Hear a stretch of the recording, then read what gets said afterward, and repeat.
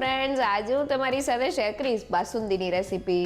તો બાસુંદી તો ઘરમાં બધાને ભાવતી હોય છે, પણ તેને મલાઈદાર અને ઘટ બનાવવા માટે આપણે તેને લાંબા સમય સુધી ઉકાળવી પડે છે. આજે હું તમારી સાથે બાસુંદી બનાવવાની એવી ટ્રીક શેર કરીશ કે ના તો તમારે દૂધને લાંબા સમય સુધી ઉકાળવું પડશે કે ના તો કોઈ પણ જાતની મહેનત કરવી પડશે. ફક્ત 12 થી 15 મિનિટમાં બાસુંદી બનીને તૈયાર થઈ જશે. સાથે મીઠાઈવાળાની સ્પેશિયલ ટેકનિક સાથે આપણે બાસુંદીને એકદમ બજાર જેવા સ્વાદ સાથે બનાવશું. તો ચાલો રેસીપી શરૂ કરીએ. ઓછી મહેનતમાં એકદમ ઝટપટ બાસુંદી બનાવવા માટે મેં અહીંયા જાડા તળિયાવાળું વાસણ લીધેલું છે. તેમાં થોડું પાણી એડ કરી દઈએ, જેથી ઉકળતી વખતે દૂધ પેનમાં ચોટે નહીં. હવે તેમાં 1 લીટર જેટલું દૂધ એડ કરી દઈએ. તો અહીંયા તમે ઘરમાં આવતા કોઈ પણ ફેટનું દૂધ લઈ શકો છો, કારણ કે આપણે જે ટ્રીક સાથે બાસુંદી બનાવવાના છીએ તેનાથી પતલા દૂધમાંથી પણ એકદમ મલાઈદાર બાસુંદી તૈયાર થશે. તો હવે ગેસની ફ્લેમ હાઈ કરીને દૂધમાં એક ઉભરો આવવા દઈએ. તો લગભગ 3 મિનિટમાં જ આપણું દૂધ એકદમ સારી રીતે ઉકળવા લાગ્યું છે. હવે ગેસની ફ્લેમ મીડિયમ કરી દઈએ અને દૂધને ફક્ત 5 મિનિટ માટે ઉકાળી લઈએ. તો અહીંયા આપણે દૂધને વધુ વાર માટે નથી ઉકાળવાનું, બસ દૂધમાંથી પાણીનો ભાગ વયો જાય તેટલું જ આપણે તેને ઉકાળીને ઘટ કરવાનું છે. તો લગભગ 5 થી 7 મિનિટ જેવું થઈ ગયું છે અને દૂધ થોડું ઉકળી ગયું છે. દૂધ ઉકળ્યા પછી પેનમાં સાઈડમાં જે આ રીતનો મલાઈનો ભાગ ભેગો થાય છે તેને આપણે દૂધમાં એડ કરતું જવાનું છે. હવે દૂધને ઘટ કરવા માટે મેં અહીંયા ફક્ત 1 મોટી ચમચી જેટલો કોર્નફ્લોર લીધેલો છે. તેમાં થોડું ઠંડુ દૂધ એડ કરીને તેને સારી રીતે ઓગાળી લઈએ. તો અહીં આપણે કોર્નફ્લોરનું માપ ફક્ત 1 મોટી ચમચી જેટલું જ લેવાનું છે, વધુ પડતું નથી લેવાનું. હવે તેને દૂધમાં એડ કરીને સારી રીતે મિક્સ કરી લઈએ અને હવે દૂધને ફક્ત 3 થી 4 મિનિટ માટે ઉકાળી લઈએ, જેથી તે પહેલાં કરતાં થોડું ઘટ થઈ જાય. તો લગભગ 3 મિનિટ જેવું થઈ ગયું છે અને દૂધની થિકનેસ પહેલાં કરતાં થોડી ઘટ લાગે છે. તો હવે આ કઢાઈમાં આ રીતના ચમચાને રાખી દઈએ. તો બાસુંદી માટે દૂધને ઉકાળવું ન પડે તેના માટે મેં ફક્ત 1 મોટી ચમચી જેટલો કોર્નફ્લોર એડ કરેલો છે. કોર્નફ્લોરને લીધે દૂધમાં એક થિકનેસ આવી જશે. અહીંયા જો તમારે કોર્નફ્લોર એડ ના કરવો હોય તો તમે તેની જગ્યાએ થોડો મિલ્ક પાવડર પણ એડ કરી શકો છો. અને જો તમારે કોર્નફ્લોર કે મિલ્ક પાવડર બંનેમાંથી કોઈ પણ વસ્તુ એડ ન કરવી હોય તો દૂધને થોડી વાર માટે વધારે ઉકાળી દેજો. દૂધની સાઈડમાં જે મલાઈ ભેગી થશે તેને તમે દૂધમાં એડ કરતા જશો તો પણ તમારો દૂધ ઘટ થઈ જશે. અને હવે બાસુંદીમાં એડ કરવા માટે ડ્રાયફ્રૂટ્સને રોસ્ટ કરવા પેનમાં થોડું ઘી એડ કરી દઈએ. હવે મેં અહીંયા થોડા ડ્રાયફ્રૂટ્સ લીધેલા છે, જેમાં 2 મોટી ચમચી જેટલી બદામની કતરન, 2 મોટી ચમચી જેટલા કાજુના ટુકડા અને 2 મોટી ચમચી જેટલી પિસ્તાની કતરન લીધેલી છે. તેને એડ કરીને ઘીમાં સારી રીતે રોસ્ટ કરી લઈએ. તો ડ્રાયફ્રૂટ્સને થોડા રોસ્ટ કરીને એડ કરવાથી તેની એકદમ સરસ ફ્લેવર આપણી બાસુંદીમાં આવે છે. તો લગભગ 2 મિનિટમાં જ આપણા ડ્રાયફ્રૂટ સારી રીતે રોસ્ટ થઈ ગયા છે. આપણે તેને બ્રાઉન નથી કરવાના. તો હવે તેને પ્લેટમાં કાઢી લઈએ. અને હવે બાસુંદીમાં એડ કરવા માટે મેં અહીંયા અડધી વાટકી અને વજનમાં 100 ગ્રામ જેટલી ખાંડ લીધેલી છે. તો હવે ખાંડને પેનમાં એડ કરીને સારી રીતે સ્પ્રેડ કરી દઈએ. હવે ગેસની ફ્લેમ લો કરીને ખાંડને ઓગાળી લઈએ. તો આપણે ખાંડને કેરેમલાઇઝ કરવાની છે, એટલે શરૂઆતમાં આપણે ચમચાને જરા પણ નથી હલાવવાનો. તો લગભગ 2 મિનિટમાં તમે જોઈ શકો છો કે ખાંડ ઉપરથી આ રીતના ઓગળવા લાગી છે. હવે ચમચાને આ રીતના થોડો ફેરવતા જઈને ખાંડને આપણે કેરેમલાઇઝ કરી લઈએ.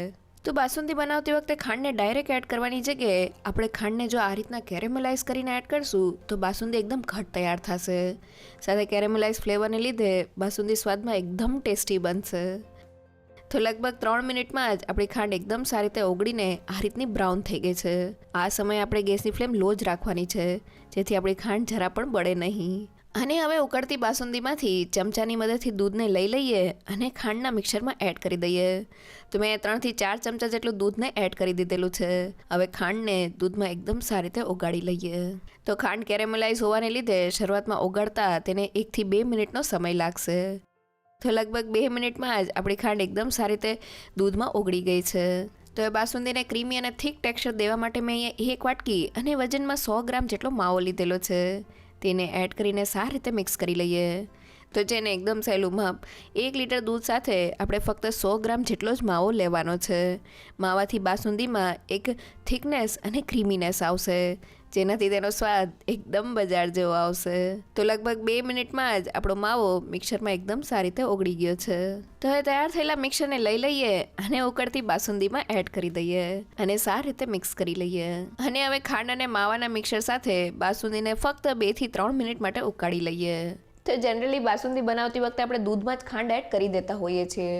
ખાંડને દૂધમાં એડ કરવાથી જ્યારે ખાંડ ઓગળે છે ત્યારે દૂધની થિકનેસ પતલી થતી હોય છે. પણ આજે આપણે ખાંડને કેરેમલાઇઝ કરીને દૂધમાં એડ કરેલી છે, જેનાથી ખાંડનું જરા પણ પાણી નહીં થાય અને બાસુંદીનો ટેસ્ટ એકદમ બજાર જેવો આવશે. સાથે આપણે થોડો માવો પણ એડ કરેલો છે, જેનાથી બાસુંદીને એક થિકનેસ અને ક્રીમીનેસ મળશે. અહીંયા જો ઘરમાં માવો ના હોય તો તમે મિલ્ક પાવડર સાથે ઇન્સ્ટન્ટ માવો પણ બનાવી શકો છો, અથવા તો તમે તેની જગ્યાએ કન્ડેન્સ મિલ્કને પણ એડ કરી શકો છો. તો લગભગ 3 મિનિટ જેવું થઈ ગયું છે અને તમે જોઈ શકો છો કે આપણી બાસુંદી એકદમ સારી રીતે ઉકળીને ઘટ થઈ ગઈ છે. તો હવે તેમાં ફ્લેવર માટે અડધી ચમચી જેટલો એલચી પાવડર અને આપણા રોસ્ટ કરેલા ડ્રાય ફ્રૂટ્સને એડ કરી દઈએ અને સારી રીતે મિક્સ કરી લઈએ. તો બધી વસ્તુ મિક્સ થઈને આપણી બાસુંદી તૈયાર થઈ ગઈ છે. ગેસની ફ્લેમ બંધ કરી દઈએ. તો જોતાં જ ખાવાનું મન થઈ જાય એવી આપણી ક્રીમી અને મલાઈદાર બાસુંદી એકવાર આ ટ્રીક સાથે જરૂરથી ટ્રાય કરજો. તો એ તૈયાર થયેલી બાસુંદીને એક બાઉલમાં કાઢી લઈએ અને હવે બાસુંદીને સર્વ કરતાં પહેલાં તેને રેફ્રિજરેટરમાં 1 થી 2 કલાક માટે ઠંડી કરી લઈએ. તો લગભગ 1 કલાક જેવું થઈ ગયું છે અને બાસુંદી સારી રીતે ઠંડી થઈ ગઈ છે. ચમચામાંથી તૈયાર થયેલી બાસુંદીની કન્સિસ્ટન્સી બતાવું તો તમે જોઈ શકો છો કે તે એકદમ ક્રીમી અને મલાઈદાર તૈયાર થઈ છે. સાથે ચમચાના પાછળના ભાગને પણ સારી રીતે કોટ કરી લે છે, મીન્સ તે એકદમ ઘટ છે. તો આપણી એકદમ બજાર જેવી બાસુંદી તૈયાર થઈ ગઈ છે.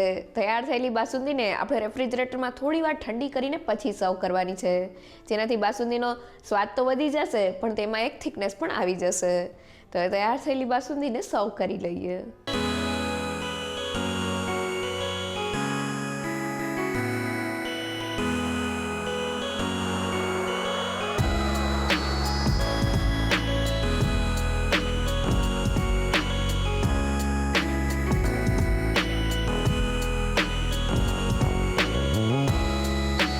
તો ના દૂધને લાંબા સમય સુધી ઉકાળવું કે પછી ના કોઈ પણ જાતની મહેનત વગર ફક્ત 12 થી 15 મિનિટમાં એકવાર આ નવી ટ્રીક સાથે બાસુંદી ચોક્કસથી ટ્રાય કરવા જેવી છે. જો તમને મારી આજની રેસીપી ગમી હોય તો મને કમેન્ટ સેક્શનમાં જરૂરથી કહેજો. સાથે મારા વિડીયોને લાઇક અને ફ્રેન્ડ્સ અને ફેમિલીમાં શેર કરજો અને મારી ચેનલને સબસ્ક્રાઈબ કરવાનું ના ભૂલશો. તો ફરી મળીએ એક નવી રેસીપી સાથે.